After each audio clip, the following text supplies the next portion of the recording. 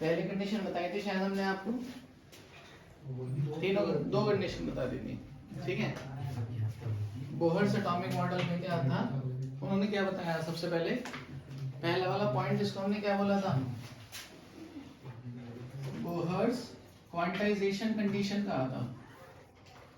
इसमें क्या बताया गया, नहीं याद है? स्टेबिलिटी के बारे में था। उन्होंने कहा कि किसी भी न्यूक्लियस के चारों तरफ बहुत सारे शेल्स होते हैं, लेकिन इलेक्ट्रॉन यूं ही हर किसी शेल में प्रेजेंट नहीं होता, बल्कि कुछ स्पेसिफिक शेल्स में ही पाया जाता है। और उन शेल्स में पाया जाता है जिनमें इलेक्ट्रॉन का एंगुलर मोमेंटम किसके इक्वल हो जाए, NH/2π। या ऐसे कह सकते हैं कि इलेक्ट्रॉन जो फिल किया जाता है, जो प्रेजेंट होता है, उन वाले शेल्स में रहता है जहां पर उसका एंगुलर मोमेंटम H/2π का इंटीग्रल मल्टीपल होगा। L से रिप्रेजेंट करते हैं mvr, फॉर्मूला होता है एंगुलर मोमेंटम का, और ये किसके इक्वल आना चाहिए, H/2π के इंटीग्रल मल्टीपल्स, और n की वैल्यू 1 2 3 4 रख सकते हैं। तो n को अगर हम केमिस्ट्री के हिसाब से कहें तो प्रिंसिपल क्वांटम नंबर है, ये इंटीजर वैल्यूज है, ठीक है। प्रिंसिपल क्वांटम नंबर किसके इक्वल होता है, नंबर ऑफ शेल्स के, तो नंबर ऑफ शेल्स भी रख सकते हैं आप इसे, वहां से पता चल गया। अब हमें ये पता चला था कि न्यूक्लियस के चारों तरफ जो इतने सारे शेल्स होते हैं, न्यूक्लियस के चारों तरफ इनफाइनाइटली मैनी हो सकते हैं, क्योंकि ये इमेजिनरी पाथ है जहां पे इलेक्ट्रॉन को प्रेजेंट रहना है। उनमें से इलेक्ट्रॉन कुछ ही ऑर्बिट्स में रहेगा, ठीक है, उसका एक डिफाइंड पाथ है, तभी वो मिलेगा, वरना ऐसे कहीं पे भी नहीं होगा। और जहां होगा वहां ये कंडीशन सेटिस्फाई हो रही होगी। सेकंड बात में उन्होंने कहा, फिर सेकंड जो पोस्टुलेट बताया उसमें कहा कि इलेक्ट्रॉन जब इस वाली कंडीशन को सेटिस्फाई करते हुए किसी भी ऑर्बिट में रहता है तो वो स्टेबल रहता है, और स्टेबल रहने से अपनी एनर्जी को डिसिपेट नहीं करता, एनर्जी को लॉस नहीं करता, और इसलिए क्या,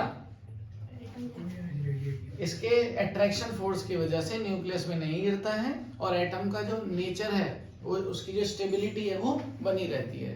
एटम का स्ट्रक्चर डिस्ट्रॉय नहीं होता, इसीलिए हमेशा एटम वैसे का वैसा ही रहता है, ठीक है। क्या हमें ये समझ में आया कि जैसे आपने तो किसी न्यूक्लियस के चारों तरफ इतनी सारी ऑर्बिट्स बना दी, मान लीजिए हाइड्रोजन की बात कर लें, हाइड्रोजन का छोटा सा न्यूक्लियस है जिसमें 1 प्रोटॉन रहता है।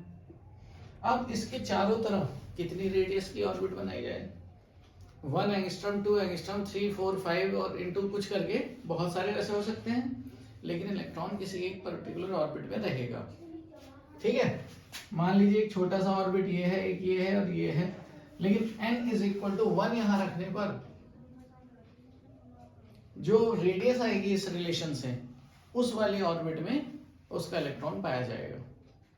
और फिर वो मान लेते हैं कि वो यहाँ पे इस वाली ऑर्बिट में प्रेजेंट हुआ, तो इस ऑर्बिट में घूमता ही रहेगा और कोई एनर्जी लॉस नहीं होगा। लॉस नहीं होगा तो स्ट्रक्चर हमेशा वैसे का वैसा बना रहेगा। क्लियर हो गई क्या बात? ये हो गया स्टेबिलिटी ऑफ एटम को लेकर के। जो ड्रॉबैक था रदरफोर्ड्स मॉडल में वो दूर हो गया। यही तो प्रॉब्लम थी कि इसका स्ट्रक्चर मेंटेन कैसे है, ये इलेक्ट्रॉन गिर क्यों नहीं रहा है। फाइन। तीसरी बात आ जाती तो दूसरी बात में हम कह देते हैं स्टेबल ऑर्बिट्स बताई गई, स्टेबल ऑर्बिट्स होती हैं। और थर्ड बात आ जाएगी आपके पास, ये एनर्जी और फ्रीक्वेंसी कंडीशन कहलाती है, बोहर्स फ्रीक्वेंसी कंडीशन। कल भी आपको समझा रहे थे हम कि इलेक्ट्रॉन जब जिस भी शेल में है वो वहां पर किसकी वजह से है, एनर्जी की वजह से। हर एक शेल की एनर्जी फिक्स है। जैसे इस वाले शेल की एनर्जी मान लेते हैं, इस वाले शेल की एनर्जी है 1 जूल, इस वाले शेल की एनर्जी है 2 जूल। Good evening.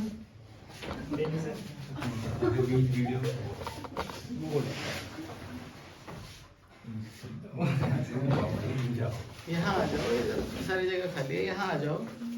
यहाँ आ जाओ ना। आएगा तो नहीं सर? आएगा तो काट देंगे। फोन को फोन की कीमत ज्यादा है आजकल।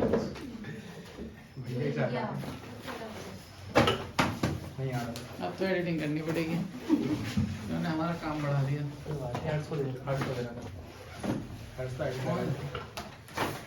फोन हर्ष को देना पड़ेगा। वीडियो ट्रांसफर करने में तो लग जाएगा 10 GB इधर से उधर, 10 GB उधर से।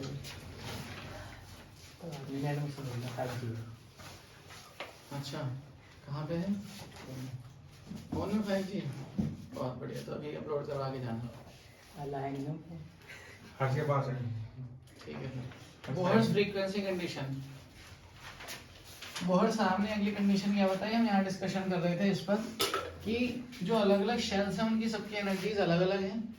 अगर इलेक्ट्रॉन इस वाले शेल में पाया जाएगा तो वो इलेक्ट्रॉन यहाँ पे रह रहा होगा जिसकी खुद की एनर्जी 1 जूल है, तो 1 जूल वाले में रहेगा। दूसरा, जिसकी खुद की एनर्जी 2 जूल है, वो इस वाले शेल में रहेगा।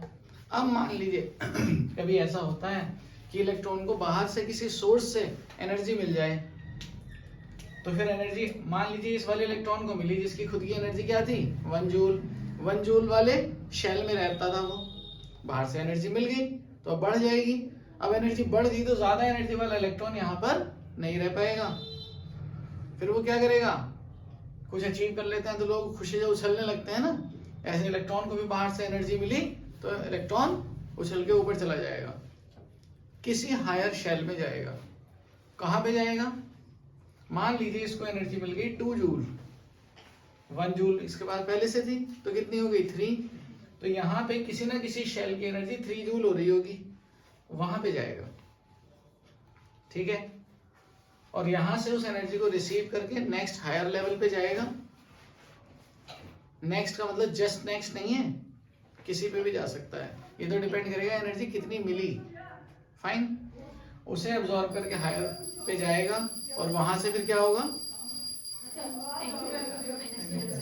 वहां पे कुछ देर के लिए रहेगा, कितने, इतनी देर रहेगा, फिर वहां से वापस आ जाएगा। तो ये स्ट्रक्चर नहीं बिगाड़ सकते। वहां से जब वापस आएगा तो जितनी एनर्जी लेकर के गया था ये इलेक्ट्रॉन, वो क्या करेगा, उतनी एनर्जी को वापस रिलीज करेगा। और रिलीज किसके फॉर्म में करेगा, रेडिएशंस के फॉर्म में। रेडिएशंस की एनर्जी हम कैसे देखते हैं, photons equals to h nu से। आई बात समझ में? तो अगर जहां पर ये पहले रहता था उसकी एनर्जी थी E1, वहां पर एनर्जी एब्जॉर्ब करके गया हायर लेवल पे, तो वहां पे एनर्जी कितनी हो गई, E2 मान लीजिए। तो दोनों का जो डिफरेंस होगा उसके बराबर एनर्जी एब्जॉर्ब की होगी। जैसे 1 जूल था, 2 जूल एनर्जी एब्जॉर्ब की, तब इसमें पहुंचा है नेक्स्ट लेवल पे, तो एब्जॉर्ब कितनी की, E2 माइनस E1। और जब वहां से वापस आएगा तो इतनी ही एनर्जी रेडिएट करके आएगा, E2 माइनस E1। और किसके फॉर्म में, लाइट के फॉर्म में, जिसकी फ्रीक्वेंसी आप कैलकुलेट कर सकते हैं। तो इसको क्या देते हैं हम, बोहर्स फ्रीक्वेंसी कंडीशन। कोई प्रॉब्लम? अगर उसने उतनी करी कि जितने का एनर्जी लेवल नहीं है तो करेगा ही नहीं, फिर तो एनर्जी एब्जॉर्ब ही नहीं करेगा। यही कंडीशन आ जाएगी उसमें कि अगर मान लीजिए कोई 2.5 जूल एनर्जी दे रहा है तो 2.5 में 1 ऐड करें तो कितना हुआ, 3.5। और 3 के बाद मान लीजिए हमारे पास नेक्स्ट लेवल 5 जूल का है, तो यहाँ पे कोई स्पेस ही नहीं है, कहाँ पहुंचेंगे, कहीं नहीं जा सकते, तो उतना वो एब्जॉर्ब ही नहीं करेगा। या फिर ऐसे हो सकता है कि उसमें से इतनी एनर्जी एब्जॉर्ब कर ले कि 3 जूल पे पहुंच जाए। क्लियर है? तो ये भी पॉसिबिलिटी है। ये बोहर्स एटॉमिक मॉडल है। कोई प्रॉब्लम?